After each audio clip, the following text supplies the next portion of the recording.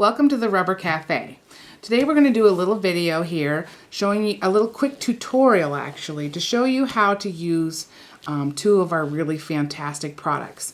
The first product I have to show you is our Scrap Happy Sheer Glue, and then the next one is called Stick 'em Up. So let's start with a little bit of detail on the bottle from of this glue here, okay? This is our Scrap Happy Sheer Glue, and it comes in a nice soft flexible bottle so that if you have hard time using your hands or arthritis or any type of hand problems, this is really nice soft pliable bottle. You're not going to need to have man hands to operate this glue, okay? The other real cool feature about this glue, the reason why we designed it was that my other glue always clogged all the time, and when we came out with our own glue, we really decided that we wanted to make sure that we had a bottle that didn't clog. I don't want to have a pin up on the top of my glue nozzle so it rusts. Okay, so this right here is a little valve on the top of this glue bottle, and when you squeeze this bottle, the glue will come out of the tip so it's not going to clog. I leave it out on my desk all the time. I do recommend you do cap it every once in a while, but it is, you know, it's pretty durable and it doesn't clog. Every once in a while you might get a little like a glue skin up on the top. Just peel it off with your finger or wipe it off with a baby wipe. It won't stick to you, and you're good to go again. The other really cool feature about this bottle is that the cap top is flat. So when you're getting down to the very end of the bottle, we can get your glue right down into the tip so that we can use it. This tip is a really very fine nozzle, so we can write with it, we can do fine detail with it, pergamano, and then I have a lot of people that do paper quilling with it. You can also glue down some flour soft. You can do flocking with this, and it's very good with glitter and your scrapbooking and all of your scrapbooking and card making needs. Okay, and then our other product that we have is called Stick 'em Up, and this is specially formulated for paper crafters. Comes in a little thing like this. It comes with your wooden stick and a nice box. This box closes up nice and tight, and it's a nice durable box. This will not dry out, it will not crack, and it's not going to melt or be stringy. It's not going to leave a residue, and it's going to last you a very long time. You shouldn't have to buy another one unless you lose it. Okay, so the first little project that we're going to show you today is the hottest thing right now in scrapbooking is using these flowers on your layouts. Well, they can cost you between $6.99, $5.99. I mean, they're pretty expensive and can get costly.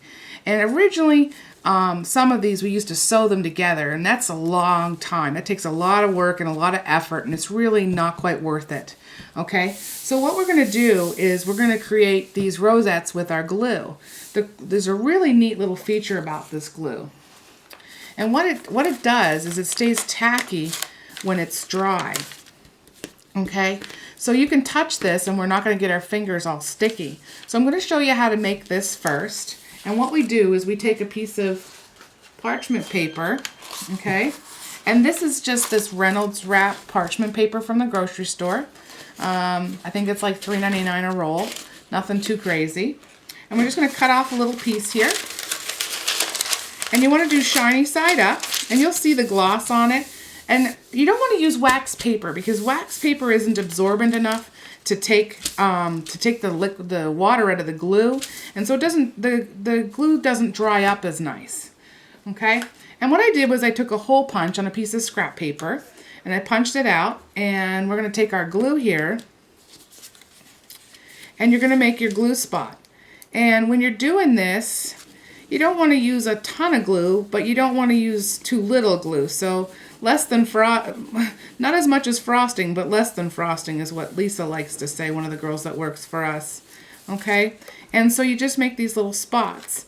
Now the trick with the spots is I make sure that my husband's in bed before I make these, okay? Because he comes along and he sticks his hand in them, and well, we have a mess after that. That's all I have to say.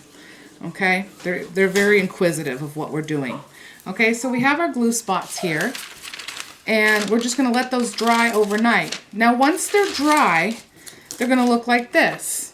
Okay, and what you want to do is you want to test them in the morning and see, are they dry? Okay, so I'm not getting any residue on my hand. Then you're going to take another piece of parchment paper and cover over the top of them. Once you cover over the top of them, if we put them in a Ziploc bag or an airtight container, I cut them into little squares. So now that I can use them at a later date. They're going to last between 6 and 7 months. So far, that's as long as we know. Okay, but they should last a long time, okay? So, once you've got your glue spots, we call them glots because they're lots of glue. Okay, so we're going to take some ribbon or some fabric. And so you take a piece of fabric and you can just go to Michael's or Joann's. Obviously, Michael's doesn't sell fabric. Well, it depends on what part of the country you're in. And you're just going to tear it on the bias. And so I'm going to tie the fabric up in the knot here. It's going to be a knot right here up on the top.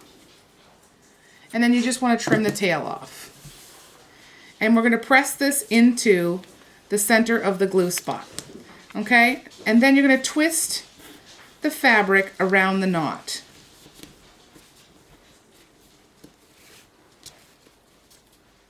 And you're going to just twist and spin.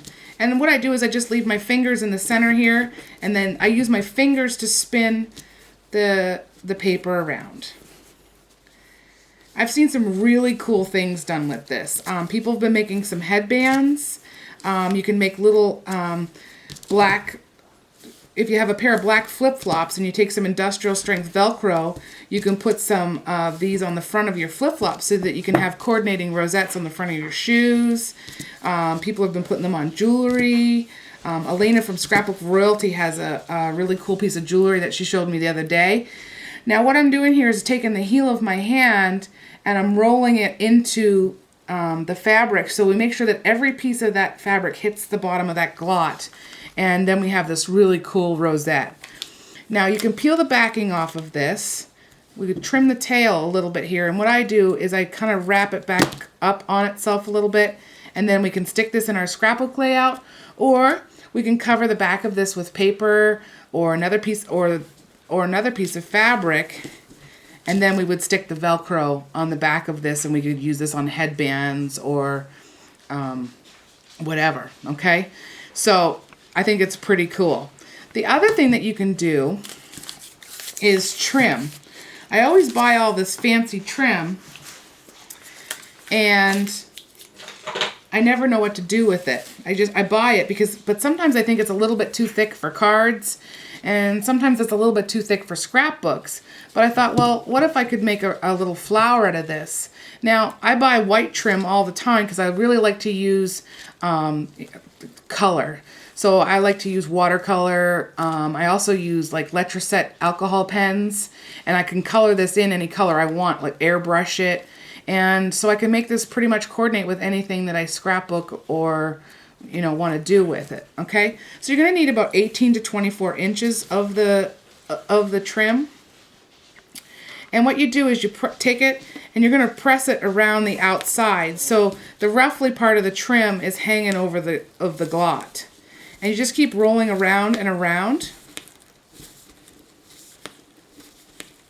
And it's starting to turn into a cute little rosette. Now you can also start in the center with this. The sky's the limit. I mean, let your creativity take over here. But then you've got this cute little rosette again.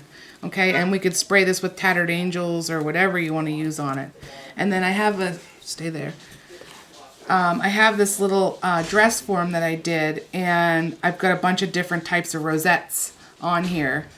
And I put buttons in here, and we've just done, I'm not quite finished. I'm going to dress her up with all these rosettes here.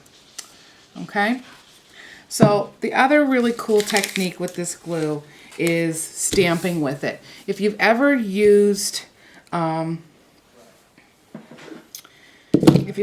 of those glue pads, you know that they don't work, and they're very expensive, and they dry out before you ever get to use the whole thing. So what we came up with is that the ability that you can stamp with this glue.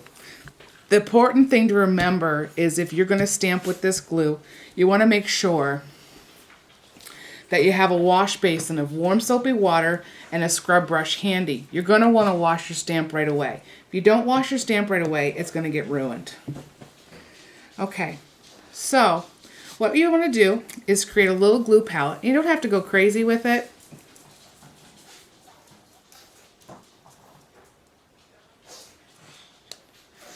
Okay, and we're going to take a piece of stamp foam.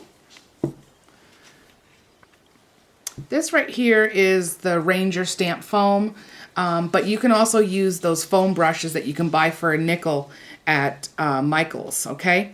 And we're just going to take a little bit of the glue and we're going to tap it onto the stamp. Now, you don't want to see like big white globs on here. You just want to see that the stamp got wet, okay? Need a little bit more here to hit the edges, and you just want to hit the whole stamp. And then we're going to take the stamp, we're going to stamp it down on top of the paper. And this glue stays tacky once it's dry. So I'm just going to let this dry for a quick second here. And we're going to use some of our You're So Fine Terrifically Teal glitter. We're going to sprinkle it over the top. And you're just going to rub and buff it onto the glue.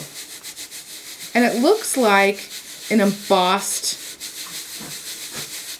stamp when you heat emboss. The really cool thing about this is that if you've ever used heat embossing powder with glitter in it, you know that it's very difficult to use. And we're just going to tap the excess off here. And then I'm going to use my favorite stamping tool, is my 3M lint roller. And you can buy these at Bed Bath & Beyond. Ooh, what a mess.